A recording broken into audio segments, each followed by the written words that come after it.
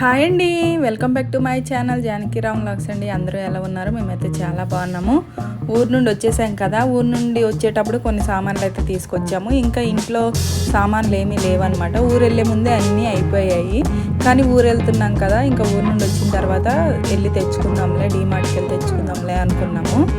ఇంకా ఊరు నుండి వచ్చిన తర్వాత డీమార్ట్కి వెళ్దామంటే ఇంకా మా ఆయనకు వచ్చేసి ఇంకా పని ఎక్కువ అయిపోయిందనమాట. నాకు టైం లేదు, మీరు వెళ్ళి తెచ్చుకోండి అంటే డీమార్ట్కి మేము ఒక్కరం అయితే వెళ్ళలేము. ఇంక వెళ్తే మా ఆయనతో పాటు వెళ్తాము, లేదంటే లేదు. ఇంక ఇక్కడికే సూపర్ మార్కెట్కి వెళ్ళి సామాన్లు తెచ్చుకుందాంలే అనేసి మా పెద్ద పాప నేను పక్కనున్న సూపర్ మార్కెట్కి అయితే వెళ్ళి అక్కడ సామాన్లు కొనుక్కుందాం అనేసి.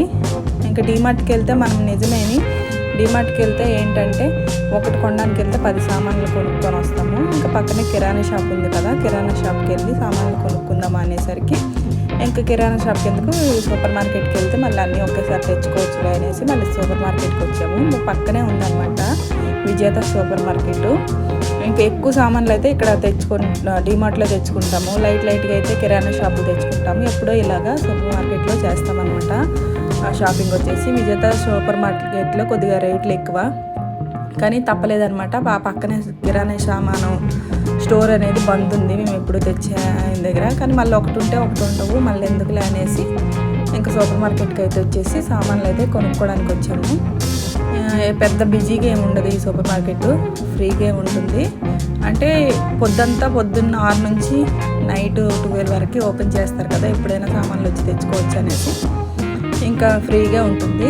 ఇంక ఇంట్లోకి కావాల్సిన సామాన్లన్నీ తీసుకున్నాను. ఇంకా మినపప్పు, పల్లీలు, కారం, పసుపు అవైతే ఇంట్లో నుండి తెచ్చాను కదా, ఇడ్లీ రవ్వ అవన్నీ. ఇంకా కందిపప్పు, పెసరపప్పు, మళ్ళీ శనగపప్పు, చక్కెర, టీ పొడి, ఇంకా ఉప్మా రవ్వ, ఇంకా ఇలాంటివే సామాన్లు, సబ్బులు, సరుపులు, ఇంకా పూజకు కావాల్సిన నూనె, ఆవాలు, జీలకర్ర, పోపులు, ఇంకా అన్నీ ఒకటి ఇంటికి కావాల్సిన సామాన్లు అయితే అన్నీ తీసుకుంటున్నాము. ఇంటికాడ ఉండేటప్పుడు ఏంటంటే అది కావాలి, ఇది కావాలి, అది కొనాలి, ఇది కొనాలి, అక్కడికి వెళ్ళిన తర్వాత మర్చిపోతాం అనమాట.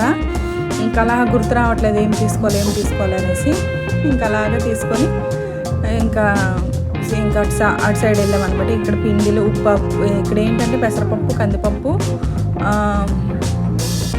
శనగపప్పు, చక్కెర, పోపులు అవి తీసుకున్నాం ఇటు సైడ్. ఇంకా అటు సైడ్కి వచ్చేసి నూనె, పూజకి కావాల్సిన నూనె, ఇంకా అగరబత్తులు, ఇంకా మసాలాలు అన్నీ తీసుకొని ఇంకా అలా వచ్చామన్నమాట. ఎన్నైనా కానీ కొన్ని సామాన్లు ఉన్నాయి. బిల్ అయితే చాలా ఎక్కువ అయింది. బిల్ ఎంత అయిందో గెస్ట్ చేయండి, లాస్ట్లో నేనే చెప్తాను బిల్ ఎంత అయింది ఏంటనేది. మీరు నిజమా అబద్ధం అనేది కూడా కామెంట్ చేయండి. బిల్ అనేది నేను లాస్ట్లో చెప్తాను బిల్ ఎంత అయింది ఏంటనేది. ఇక్కడికి వచ్చేసి ఇంకా మసాలాలు, పిల్లలకి కేక్స్, మా పిల్లలకి తీసుకొస్తే మాత్రం కేక్స్ కొనండి, అవి కొనండి అని చెప్తారు. నేను కేక్స్ ఏం తీసుకోకుండా ఖాళీ మనకి ఇంటికి ఏం కావాలో అవి తీసుకున్నాను.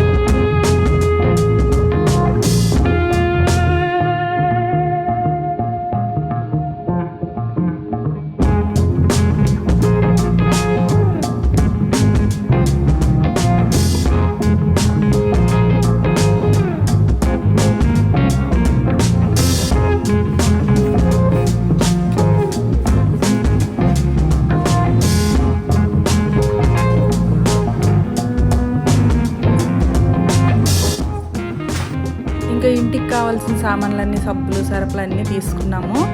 ఇంక ఇక్కడ వచ్చేసి ఇంకా బయటికి మళ్ళీ ఇక్కడ నుంచి మళ్ళీ కూరగాయల షాప్కి వెళ్ళాలా, ఇంకో 2 రోజులకే కదా, ఇక్కడనే తీసుకుందాం అనేసి సొరకాయ, పచ్చిమిర్చి, బీరకాయలు తీసుకున్నాం అనమాట. నిమ్మకాయలు ప్రతి ఒక్కటి దొరుకుతుంది, మనకు బయటికి వెళ్ళే అవసరం ఉండదన్నమాట. పాలు నుండి పెరుగు వరకు అన్నీ దొరుకుతాయి. పాలు పెరుగు అయితే వేరే షాపులు తెచ్చేస్తాం మేము, పొద్దున్నే తెచ్చేస్తారు మా ఆయన వచ్చేసి. ఇంకా ఇవైతే ఇంకా మళ్ళీ కిరాణా సామాన్ కొని మళ్ళీ ఇంకో షాప్కి వెళ్ళి మళ్ళీ అక్కడ ఈ 2 కూరగాయలకి ఎందుకనేసి ఈ 2 రోజులే ఉంది కదా, మళ్ళీ మార్కెట్ అవుతుంది మాకు, సండే మార్కెట్, మళ్ళీ ఆ సండే మార్కెట్లో తెచ్చుకోవచ్చులే అనేసి ఇంకా బీరకాయలు, సొరకాయ, పచ్చిమిర్చి అన్నీ తీసుకొని ఇంకా బిల్లు అయితే వేయించాను.